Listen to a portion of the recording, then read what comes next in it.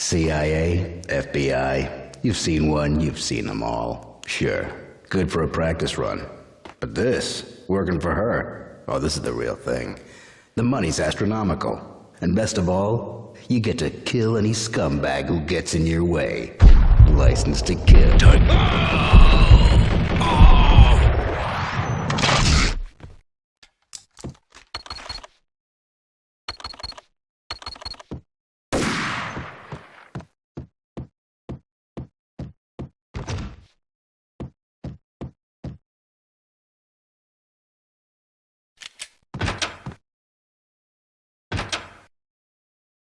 Take him down. Shoot to kill. Let's finish this.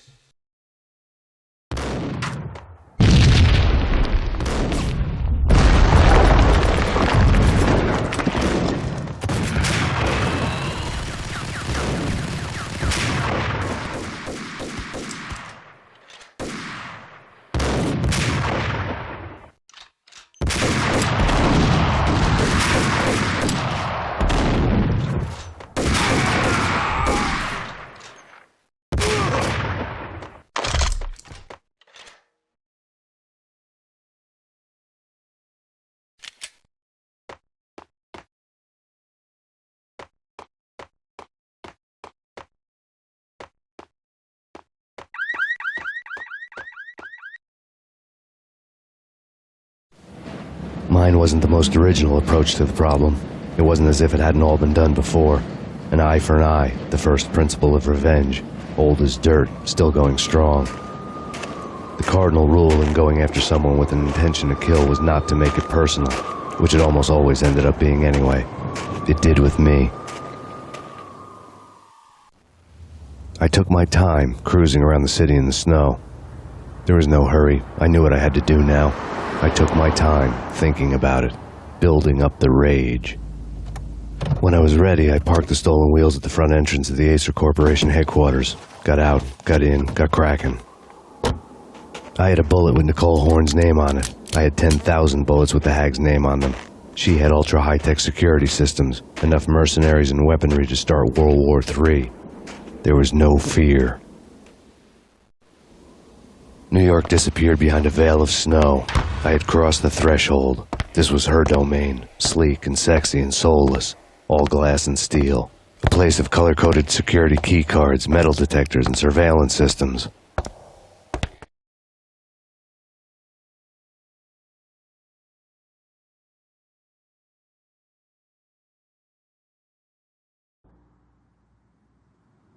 Colder than a walk-in fridge. Cold as a gun.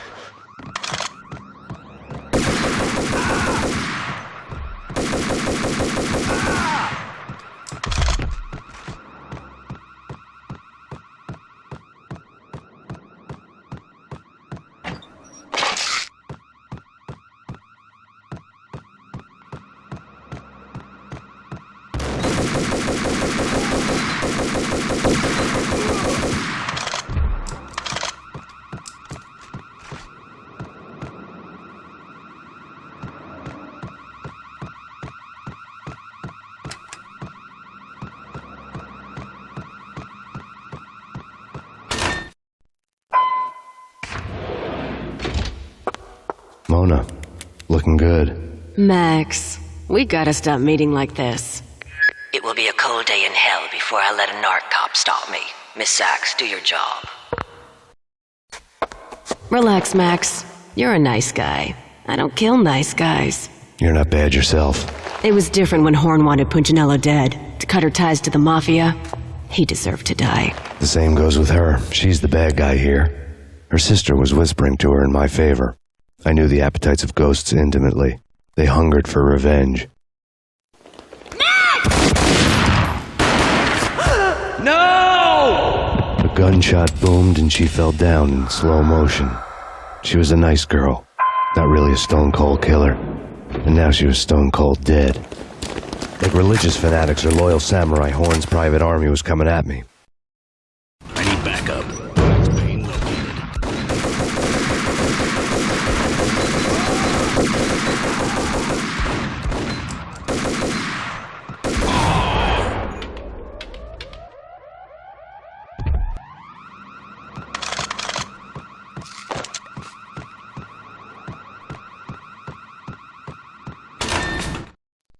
When the elevator came back down, Mona was gone. There was a lot of blood, but no body.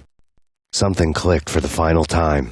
My mind had never been so clear, as if somewhere high above the storm clouds were already gone, cold stars blazing from the black skies.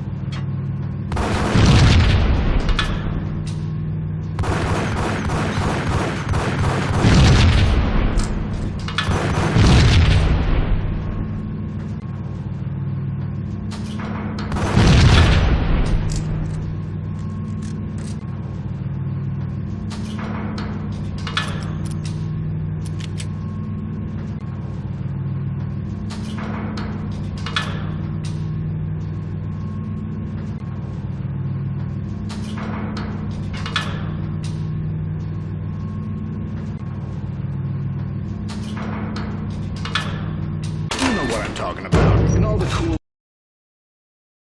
action movies, and I'm talking about the coolest of the cool, it always seems like...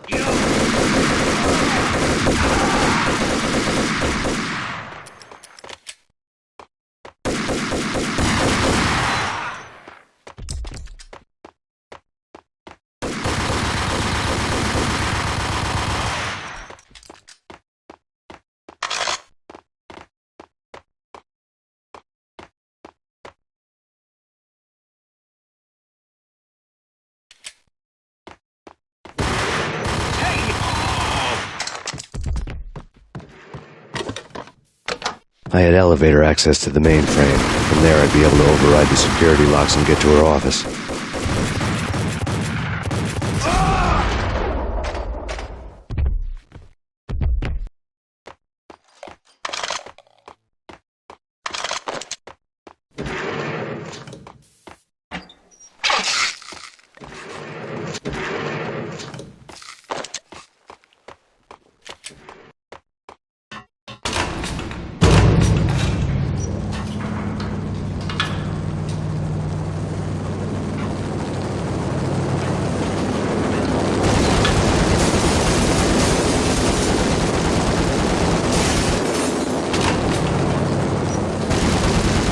The unmarked chopper was Horn's pet guardian, inhuman and flawless. It was stalking me.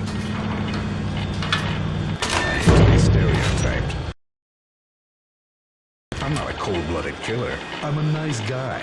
I love my wife. I have 2 boys I'm very proud of. You just have to make me kill the bastard.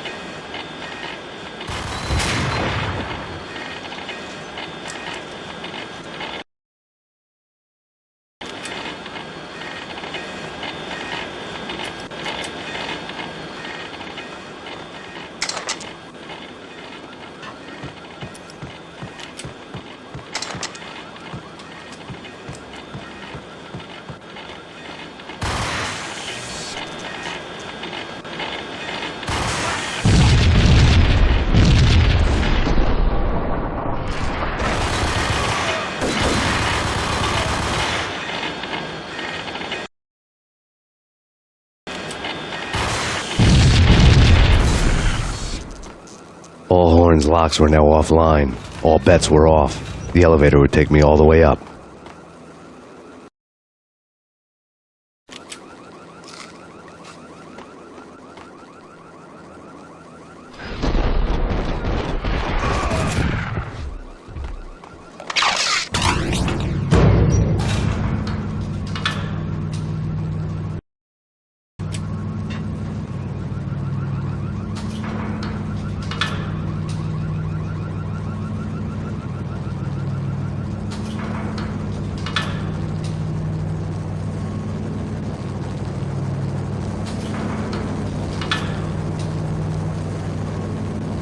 Seen from this height, the night seemed to stretch on to eternity.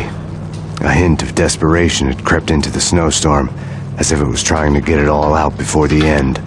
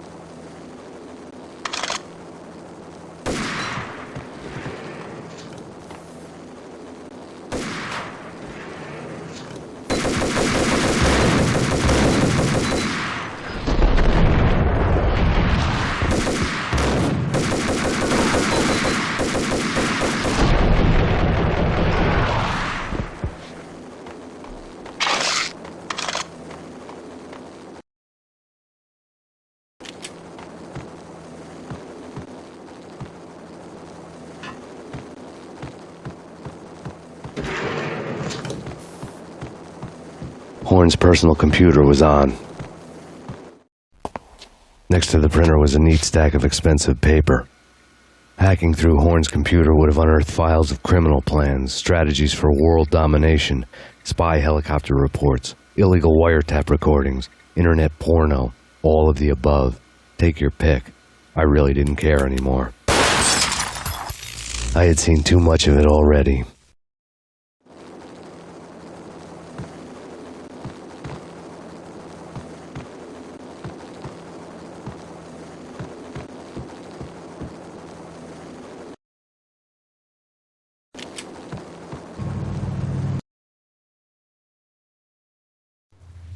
Valkyr had been meant to be a white-winged maiden that would lift you to a warrior's heaven, but it turned out to be a one-way demon ride to hell. The devil was in the drug. I knew. I had met him.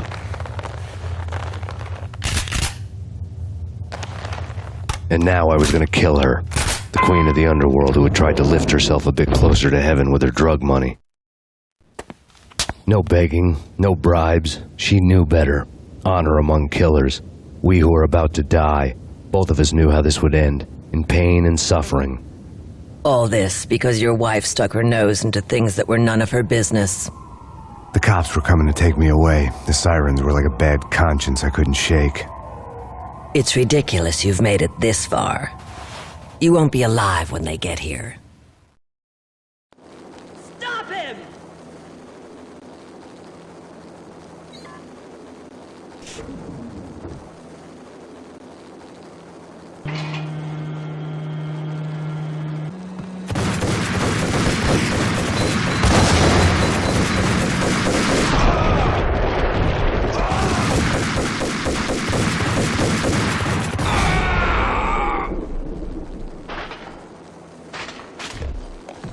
The elevator lobby.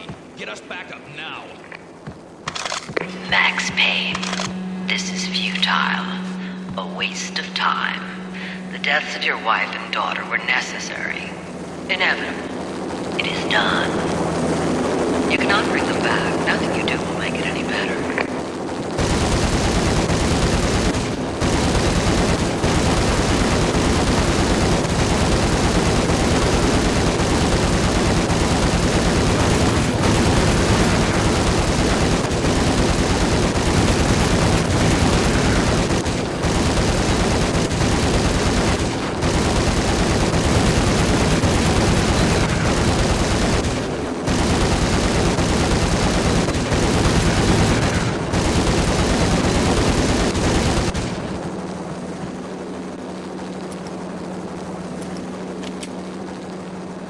Max Payne, you are fighting a losing battle. You cannot survive this. You will die. Stop fighting. Make it easy for yourself. Accept your fate. You will die here.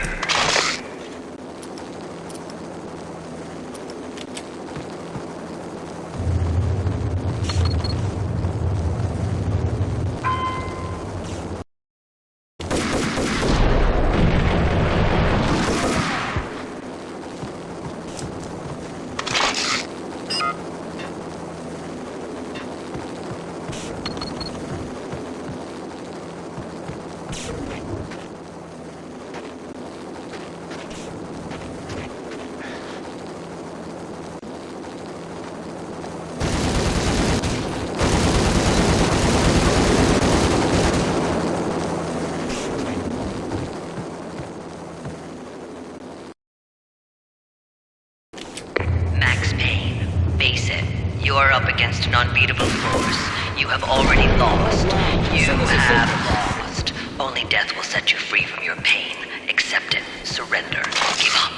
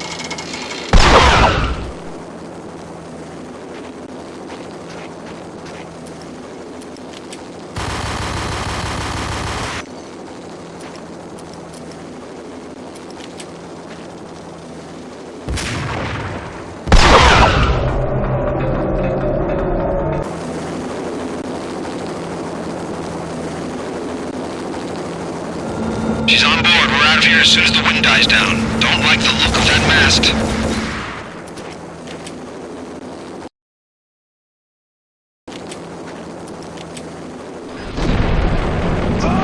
Lift off in 1 minute.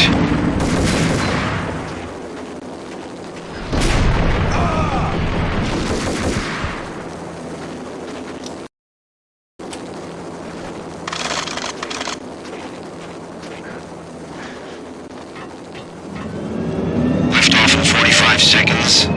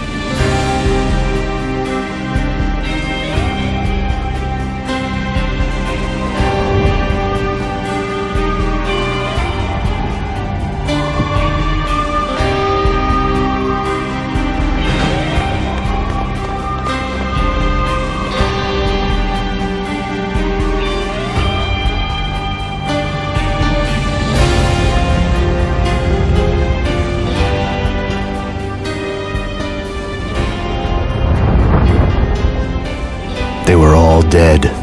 The final gunshot was an exclamation mark to everything that had led to this point. I released my finger from the trigger. And then it was all over. The storm seemed to lose its frenzy. The ragged clouds gave way to the stars above. Max Payne, this is Deputy Chief Jim Bravura from the NYPD. We've got the building surrounded. Throw down your weapons and lie down with your hands behind your head. A bit closer to heaven.